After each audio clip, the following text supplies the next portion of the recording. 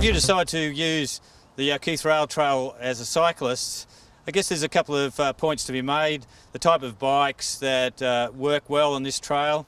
The majority of the trail is made up of compacted gravel with a few short sections of asphalt in Bendigo, Axedale and Heathcote.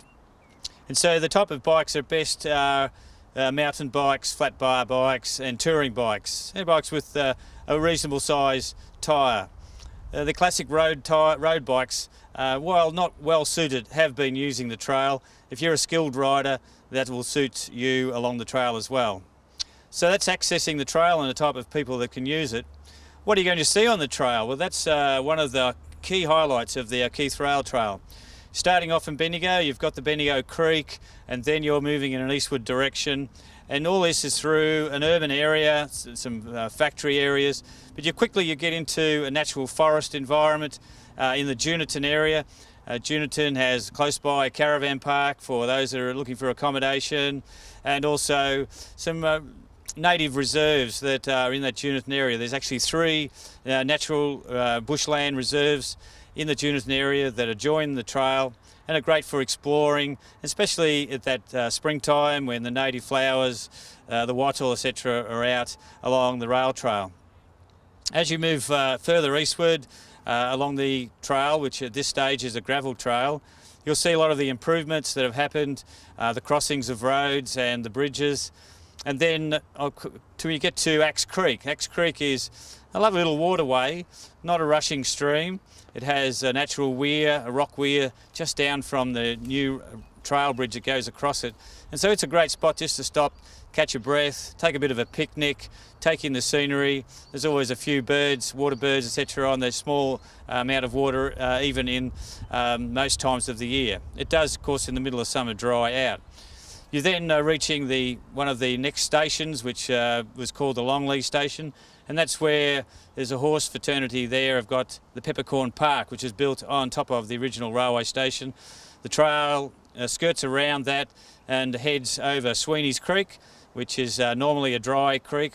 Nice bridge, nice crossing, and then further on you're heading towards Axedale, but you go to the natural area of forested area, which and sometimes you have the swift parrots that migrate to this particular area of central Victoria. It's a highlight for those people that are bird watchers. Again, a different type of rail trail user. So we're heading into Axedale. Axedale is a great community. Here you'll find 2 former railway station sites. It was the Axedale Railway Station and also the Axedale Racecourse Railway Station.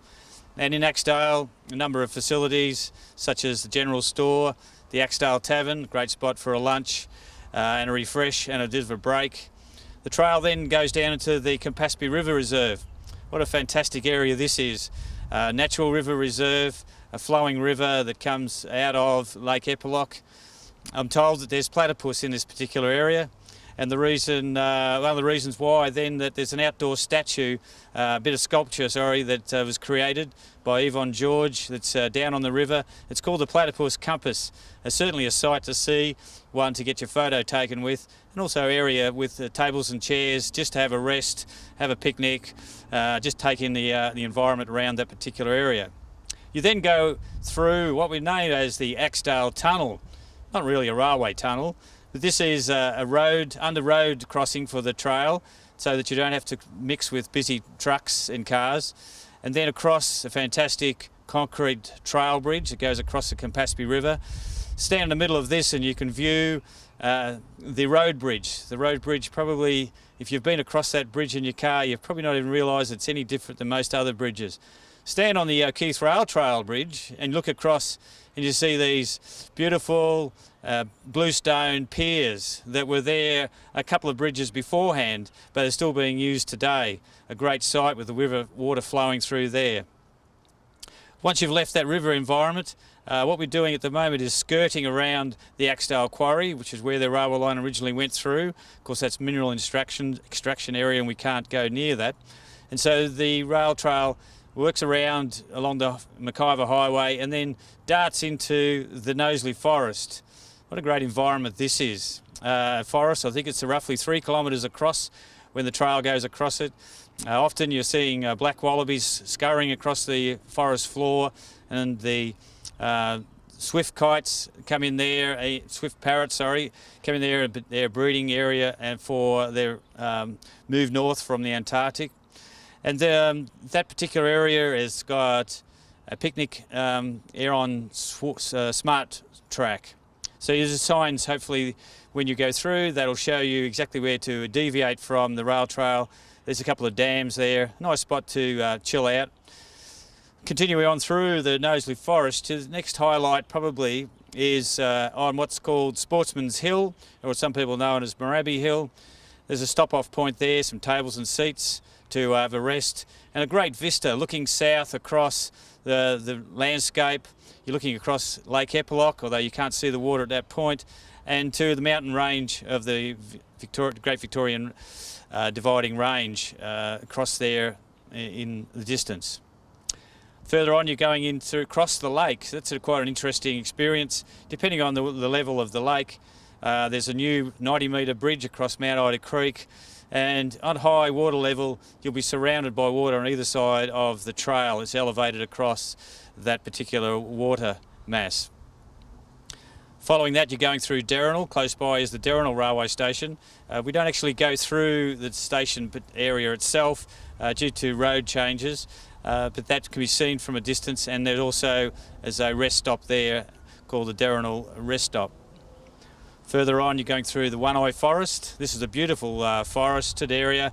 You have some large cuttings and some fills where the railway line went through this particular forest.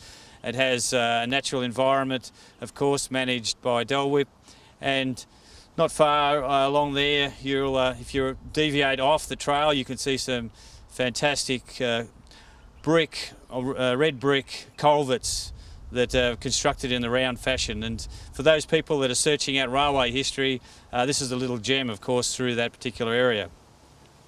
You're not far off Heathcote now, and so we're on the trail. We're going past and over one of the original wooden timber bridges that has now got a new trail bridges, so you'll need to just jump off the side of the trail to have a look at that. It's there, it's been there since 1888, so it's a great asset for the trail. You go past Bald Hill, which Bald Hill's one of those mining areas from the past, from the late 1800s, early 1900s. While not what you call a great, huge attraction, it's certainly a reflection on what those earlier miners were trying to do. And then you're into the urban area of Heathcote, as you wind your way through, because the original railway line has had changed its land use, and so the trail actually weaves through the township and arrives just going past the original railway station. And the newest highlight to the trail is the Heathcote, or the Heathcote Lions Club Trail Shelter. This structure, made out of some beautiful box ironbark trees. They've actually been sawn out of the trees, constructed in a nailless manner, and it's quite a beauty as far as the trail is concerned. That's sitting right adjacent to the Axdale Primary School, and just very short distance from the Heathcote Visitor Information Centre.